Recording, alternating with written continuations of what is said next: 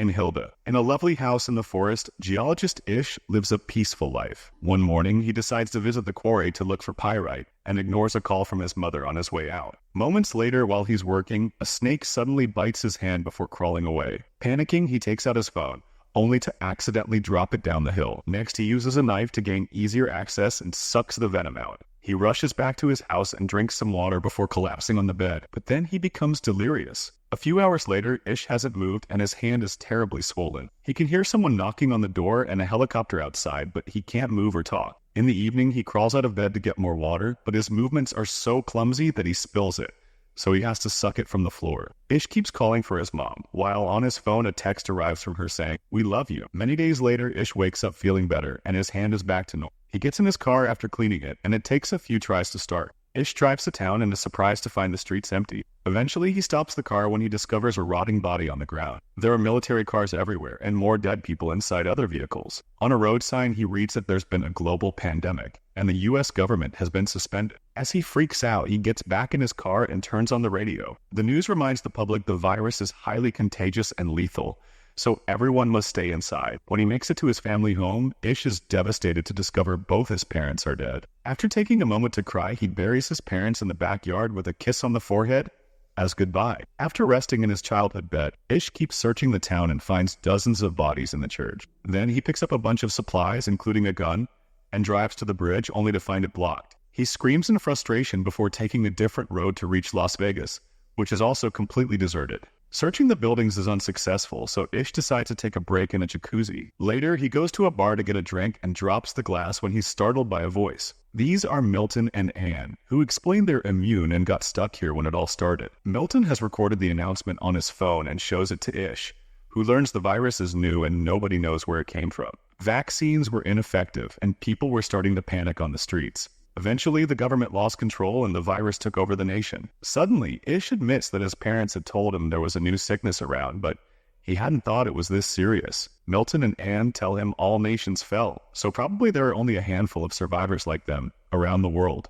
Anne confesses she watched her daughters and husband die on a video call. While the duo keeps drinking, Ish leaves to take the elevator, only to realize he has nowhere to go and falls asleep on the ground. The next morning, he finds Anne trying on expensive clothes from the store. Ish wonders if being alive matters, and Anne says, "My heart beating doesn't mean I'm alive." Then the trio gathers for breakfast, and Ish learns Milton's wife died here in the hotel. Ish announces he'll leave soon, and an upset Anne leaves the table. Milton tries to convince Ish to stay, saying they have food and a generator. As he shows Ish his gun, he also reveals he and Anne have an agreement. When food runs out, they'll self-delete. When Ish points out that the country has enough resources to last a decade, Milton asks, "Why would anyone want to live after everything they cared about is gone?" Before leaving, Ish asks Anne to come with him. She turns him down but still kisses him, so Ish has to push her off. On his way out, Ish hears 2 gunshots. Furious, Ish drives down the road at dangerous speed and almost hits a dog, but he stops just in time. Seeing this as a sign, he names the dog Lucky and takes him with him. Next, Ish stops at the library and gathers all the books on survival he can find. Not knowing what else to do, Ish returns to his old house to start a new life with Lucky. A year later, Ish is still alive. He keeps himself busy with chores and exercise, but he can feel he's starting to lose it. And sometimes he drives his car in circles. One morning, he hears Lucky barking and looks out the window to see smoke in the distance. Ish and Lucky immediately get in the car and drive to town to follow the smoke to a particular house. Emma appears on the roof with a gun, but she puts it down when Ish explains his situation. She invites him in and tells him she arrived a few days ago while sharing tea and bread. They get along pretty well, so when Ish tries to leave, Emma tells him to stay the night. The next morning, Ish convinces her to come live with him so they can keep each other company. While Emma looks around the house, Ish gets rid of the noose he'd hung up when he felt hopeless. Emma notices that the rats have gotten into the pantry, so they go back to town to get supplies. At the store, they have to ignore the horrible stench coming from the bodies and a few rats. Days pass and Emma and Ish find a new routine together. They plant vegetables and go fishing for food. In town, animals appear on the streets because there are no people to stop them. Emma gives Ish a haircut and he starts building a chicken coop, hoping they can start a farm. Eventually, their relationship turns intimate. When Ish's car runs out of gas, he has to start filling up the tank using other vehicles in town. He also begins building solar panels on top of the house. One morning, he accidentally slips off the roof and falls, hurting his ankle in the process. Emma helps him come inside and takes care of him while admitting she misses having more people around. Later, while he's sleeping, she looks at old pictures of her family and cries. When Ish gets better, he immediately starts building again. Emma announces she's pregnant, and Ish freaks out, hesitant to bring a kid to a post-apocalyptic world. He ends up looking for books on childbirth at the library, where rats are running around too. A few months later, the couple's little farm is going well with plenty of vegetables and even a few chickens. However, Emma points out she needs protein, so Ish agrees to go hunting. He finds a bunch of cows and, after lots of hesitation, he shoots one as he apologizes. Then he follows a book's instructions to cut it and get the meat, which he takes home in a cooler. Some days later, Ish finally finishes the solar panels and the house has power, which means they can store food in the fridge again. Emma interrupts the happy moment with bad news. She's found a huge rat in the basement. She had to drown it to kill it since their traps aren't big enough for this size. A quick look through the window reveals that hundreds of rats have taken over the town and are now coming to their house. Ish realizes that the trash is attracting the rats, so he rushes outside to burn it all while Emma shoots at the rats that get too close. Unfortunately, Ish has to burn what is left of the cow as well. No matter what they do, the rats keep coming. So the duo runs back inside and starts working on sealing every door, window, and hole. Emma also pours lots of bleach into the toilet. A sudden crying noise reveals they forgot Lucky outside, and he's being bitten by the rats. Ish has no choice but to open the door and quickly grab the dog before running back. It's just a second, but a few rats still manage to get in, and Ish tries to open fire. The bullet misses because they're constantly moving, so instead, Ish begins killing them all by furiously smashing them with his gun. Afterward, Emma takes care of Lucky's wounds. This experience makes Ish afraid he may lose Emma during childbirth, so she finally confesses she gave birth to 2 daughters without complications. She lost her entire family on the same day because of the virus. A few months later, the rat infestation is finally under control thanks to the feral cats prowling in the streets. The couple can finally unseal the house and come out again. That day, Emma starts feeling contractions and gets ready to give birth. However, she discovers the baby's shoulder is coming out first. Ish wants to find the book that explains how to deal with this, but Emma yells at him and guides him on how to correct the position of the baby until the head is out first. This helps the birth go smoothly, and now they're the proud parents of a healthy baby girl. Feeling hope for the future again, Emma paints their address on a wall in town, inviting survivors to join them. This is seen by a mysterious person in the distance. 6 years since the pandemic started, Ish is driving alone when he accidentally hits a lion. He grabs his gun and gets ready to mercy kill it, but at that moment, he notices someone watching him from the woods. He runs after this person and tries to grab her, so the girl tries to defend herself. Ish steps back and swears he means no harm, explaining he has food and lives with other survivors. The girl just screams again and runs away. When Ish returns to his truck, he discovers the lion is gone, and the girl has been following him. She accepts the apple he offers her and jumps on the back of the truck. Ish takes the girl to his house, and it's revealed he and Emma have 2 kids now, Heather and Alex. They've also been joined by 2 more survivors, Jorge and Maureen, not to mention Emma is pregnant again. Everyone is friendly toward the new girl, but she still doesn't speak or leave the truck, so Ish concludes she must have PTSD. That night, the girl sleeps in the truck. The next morning, Maureen brings breakfast for the girl, who is startled and causes her to drop the dish. As the girl grabs her wrist, Maureen notices they have the same scars and shows her the ones on her chest. She also offers her hair for her to touch, gaining her trust. Afterward, Maureen shares how she and Jorge arrived here thanks to the sign, and convinces the girl to get a bath. Meanwhile, Ish and Jorge go to the woods and discover 2 very rudimentary cabins with graves in the back. Moments later, Maureen goes through the girl's belongings. There are many creepy drawings in a diary and a letter that indicates the girl's name is Evie. Maureen uses the name and the girl responds well to it. She even accepts clean clothes and a room to sleep in. In the evening, Maureen shares the letter with the others. It was written by Evie's mother, who begged the reader to take care of her daughter. When the pandemic started, Evie's father took out his frustrations on her, and the mother was sick, so she couldn't protect her. The group agrees to welcome Evie to their little family. Soon, Emma gives birth to a lovely baby boy named Joey. A year later, the group is having a nice day when suddenly the intruder alert goes off. After leaving the kids inside with Maureen, Ish, Emma, and Jorge, grab their guns and go investigate. They find an armed woman named Molly, and after a little back and forth, everyone agrees to put down their weapons. Molly introduces them to her friends, Jean, Ezra, and Ray, and they all agree to go to the house. After more introductions, Maureen realizes Jean is a famous musician. The group comes from Oregon and claims they left because of a flu outbreak. Emma tells them they can stay in the neighboring house, but Ish is still suspicious. The next day, everyone gathers to go out for supplies. All the kids must stay back. Ish is very strict when he explains the rules. Molly asks about medicine, but Ish tells her it's all gone, so they should stick to food. When they make it to town, there's a buffalo in the street, and Ish tells the others to just ignore it. The group splits to look for food, but Molly ignores the rules and goes to the hospital, where she finds many disgusting bodies. Jean grabs lots of alcohol, and Ezra finds a guitar for her. When the group reunites to leave, they notice Molly is gone. At the hospital, Molly comes across a feral dog and uses a fire extinguisher to scare it away. Then she uses that same extinguisher to break a lock, which gives her access to a backup stash of medicine. When she finally goes back, Ish scolds her for breaking the rules, but he has to shut up when she shows him how much medicine she's found. That night, Jean uses her new guitar to sing for everyone over a bonfire, and Ezra tells a few bad jokes. After everyone goes to bed, Jorge shares his favorite memory with Maureen, and they do the dirty for the first time. Meanwhile, Jean gets drunk in the kitchen. The next morning, Molly checks on Jean, who admits she drank a lot because she's trying to terminate her pregnancy. It's obvious she's having a breakdown, but Molly still promises not to tell Ezra.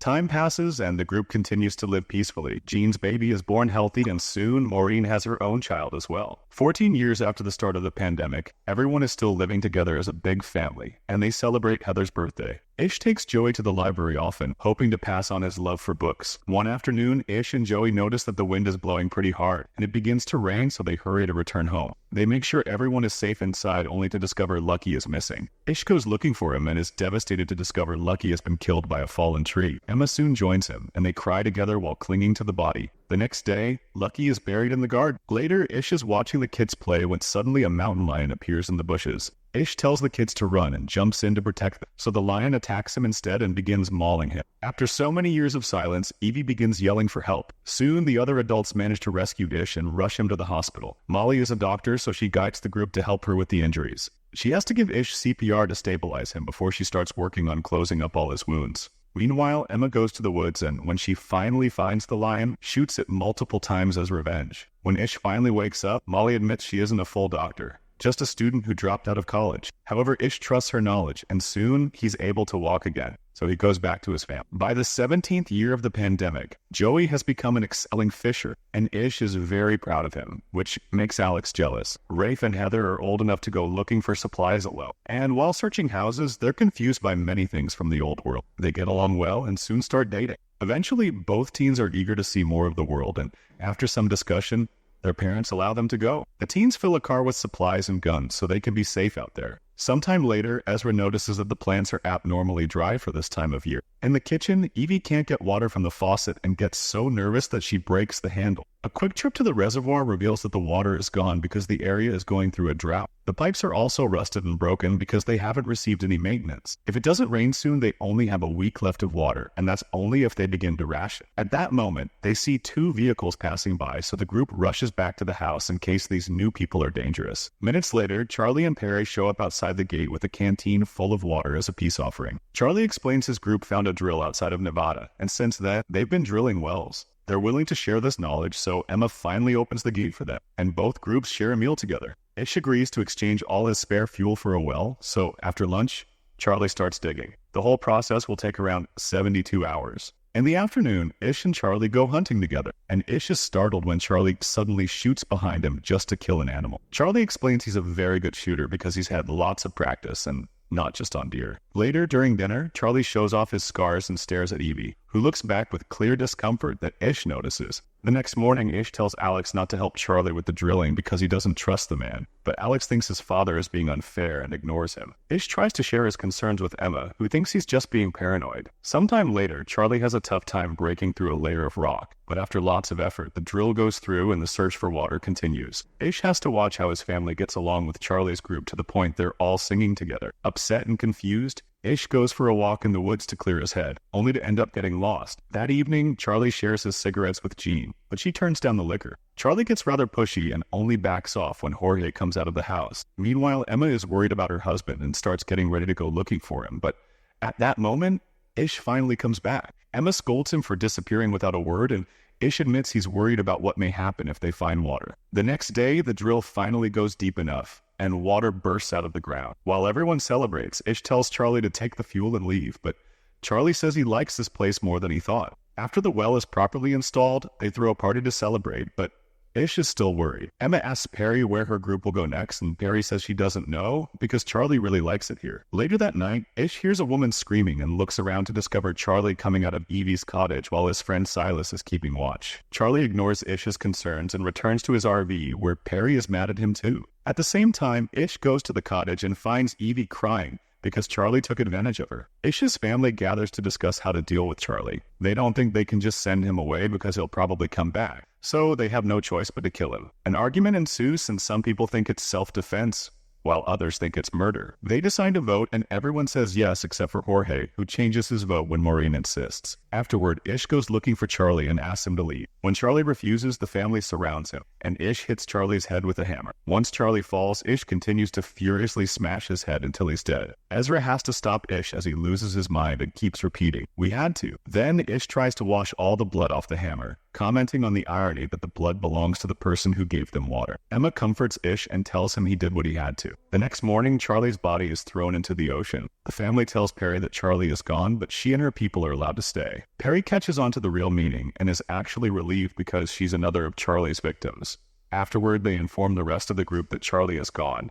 And Silas gets angry, saying Charlie never changes plans. As Ish's group gets their guns ready in case Silas reacts, Corey points out it's a good thing Charlie is gone, and the rest of his group backs him up. Silas calls them all cowards and leaves the community. When Alex comes out of the house and asks about Charlie, Ish tells him he's gone because he hurt Evie. Alex doesn't take the news very well. At that moment, Silas comes back and asks to stay because he has nowhere else to go, pointing out Ish was the first person brave enough to fight Charlie's control. However, Ish doesn't let him in, saying Silas is at fault too for keeping guard for Charlie instead of warning the family. 20 years after the start of the pandemic, it's clear Earth is healing thanks to the lack of humans. Joey and Corey have been working hard and have managed to build a modified version of Da Vinci's airplane. It needs a few more tweaks, but they hope they can fly it soon. Everyone is excited except for Alex, who is still jealous. In the evening, Joey admits he isn't feeling well, and Ish makes a root concoction for him. However, in the middle of the night, Joey goes into his parents' room, covered in sweat, and suddenly passes out. Ish runs to look for Molly, only to discover Corey and other members are sick as well. Molly points out this is moving too fast, so it can't be a common cold, and suspects it may be related to the original virus. Ish begins arguing with her over how to proceed, but they get interrupted when Perry arrives, saying she's also sick. Soon, the entire household is helping Molly take care of the sick people. Still in denial, Ish takes care of Joey in his room and has a vision of Charlie watching them. As time passes, Ish spends most of his hours sitting next to Joey, which makes Alex angry because he knows his father wouldn't be as worried if he was the sick one. Sometime later, Heather comes back, but she's alone because Rafe died. She can tell her parents are tired and takes over a shift to watch Joey. No matter how many days pass though, Joey doesn't get any better, and Ish thinks he's being punished by God for killing Charlie. Getting desperate, Ish decides to cut a hole in the bridge barrier, which is big enough for him and a bicycle. Now he can finally cross the bridge and reach the big city, which is covered in plants. He rushes to the hospital and after breaking a few doors, finds lots of medicine. During his search, he has a vision of Charlie again, and his guilt continues to haunt him. Ish decides to stop at the chapel and ask God to take him instead of Joey. At the house, Heather shares her journey with the others. She and Rafe drove north but didn't find a single person. They got to see the beach and admired its beauty, but towns were unkept and rotten. One day they saw some numbers with an arrow painted on a building. They started to follow them and found the same arrows painted on other buildings, trees, and even rocks, but they never took them anywhere. Eventually, they decided to stay a few days on top of a mountain. Suddenly, they heard a noise and a strange man appeared in the woods. Heather tried to follow him, but he ran away. When the couple returned to their tent, the man reappeared and grabbed Rafe from behind. Ruff tried to fight him, but the man retaliated by stabbing him with a knife. A furious Heather immediately threw an axe at him, killing him. Rafe only got to say goodbye before dying as well. After burying him, Heather started to make her way home on foot because her car broke down. Hearing all this makes Gene start drinking again. As soon as Ish comes back, he starts getting things ready for a blood transfusion, hoping to pass his immunity to Joey. Heather immediately calms him down and advises him against taking extreme measures too soon, and tells him to go to Molly because she's created a new medicine made from yew tree. Ish picks up Joey and takes him to Molly, who explains the medicine may take a few days to take effect. Since Joey is burning with fever, Ish gives him a freezing bath. A few days later, everyone is starting to feel better. Molly explains this is a strain of the original virus, and she can only treat it because it's weaker. Meanwhile, Corey asks Heather for a description of the man that killed Rafe and realizes it was Silas. Now he has to decide whether to keep the secret or not. Unfortunately, the medicine doesn't work on Joey, who says his final words to his parents and dies in his bed. Ish doesn't take it well and drives out of the house at great speed, ignoring his family's concerns. He finds the sign Emma painted years ago and covers it up. Then he goes to the library and starts throwing and destroying the books in a fit of fury. At the house, they bury Joey with a few more people who couldn't survive the virus either, and they hold a small funeral. Later, Emma finds Ish still at the library with a match in his hands. She reminds him it was all already gone before Joey, but he still has other children and friends to live for. This convinces him to return to the house. he still doesn't know how to live again. A few days later, Ish goes on a hike and finds a beautiful view of the perfect sunrise, which shows what the world has become. When he goes back, he tells the kids he got it all wrong.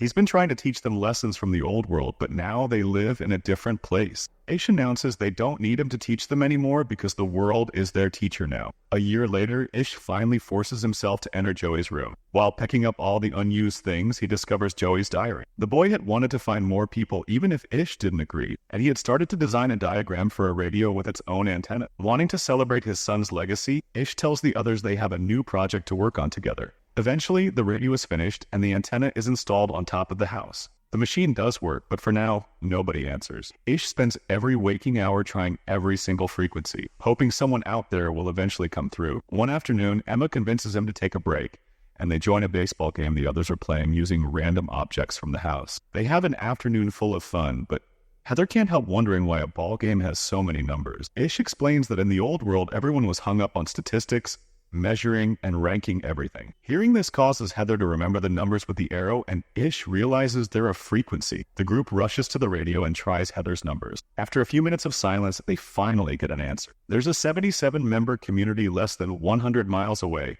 at what used to be a state park. After some discussion, Ish's group invites these survivors to join their community. 50 years after the beginning of the pandemic, an old Ish passes his hammer to Heather's oldest son. Ish tells him that his last lesson is that men and women come and go, but the earth abides.